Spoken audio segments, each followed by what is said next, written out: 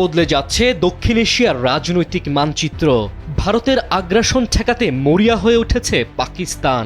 দিল্লির দাদাগিরি বন্ধ করতে বাংলাদেশ ও চীনকে সঙ্গে নিয়ে দাপুটে এক ত্রিপক্ষীয় জোট করতে যাচ্ছে পাকিস্তান।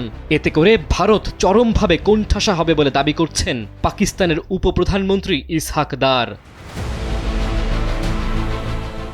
বহু বছর ধরে রাজনীতির ধুলোয় ঢাকা পড়ে থাকা সার্ক এখন শুধু নামমাত্র অস্তিত্ব। আর ঠিক এমন সংকটময় মুহূর্তেই পাকিস্তান নেমে পড়েছে নতুন আঞ্চলিক ব্লক গঠনের দুঃসাহসী খেলায়, যা স্পষ্টতই ভারতের বিরুদ্ধে এক নীরব পাল্টা চাল।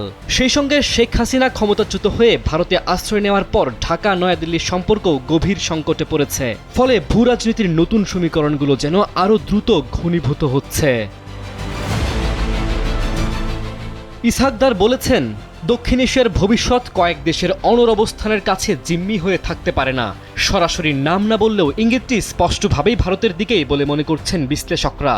তারা বলছেন, ভারত পাকিস্তানের উত্তেজনার কারণে সার্ক অচল হয়ে যাওয়ায় 2 বিলিয়নের বেশি জনসংখ্যার এই অঞ্চলে দেশগুলোর পরস্পরের বাণিজ্য মাত্র 5%, যেখানে আসিয়ান দেশগুলোর মধ্যে বাণিজ্য 25%। যোগাযোগ, বাণিজ্য ও আঞ্চলিক সংযোগ বাড়াতে দক্ষিণ এশিয়ার দেশগুলোর দীর্ঘদিন ধরেই একটি কার্যকর প্ল্যাটফর্মের অভাব, আর এই সুযোগটাই লুফে নিতে চাচ্ছে পাকিস্তান। পাকিস্তানের নতুন উদ্যোগটি তাত্ত্বিকভাবে আকর্ষণীয় হলেও বাস্তবে কতটা সফল হবে সেই প্রশ্ন থেকেই যাচ্ছে। ইন্টারন্যাশনাল ক্রাইসিস গ্রুপের বিশ্লেষক প্রবীণ দন্থির মতে, এটি এখনও আকাঙ্ক্ষামূলক, কম বাস্তবসম্মত। ভারতের সঙ্গে সম্পর্কের কারণে অনেক দেশই নতুন জোটে যুক্ত হতে দ্বিধায় পড়তে পারে। তবে শ্রীলঙ্কা, নেপাল, মালদ্বীপ ও ভুটান যোগাযোগ, জলবায়ু অভিযোজন বা অর্থনৈতিক স্থিতিশীলতার মতো বিষয়ে আলোচনায় আগ্রহ দেখাতেই পারে। সাম্প্রতিক সময়ে বাংলাদেশের সঙ্গে পাকিস্তানের সম্পর্ক কিছুটা উষ্ণ।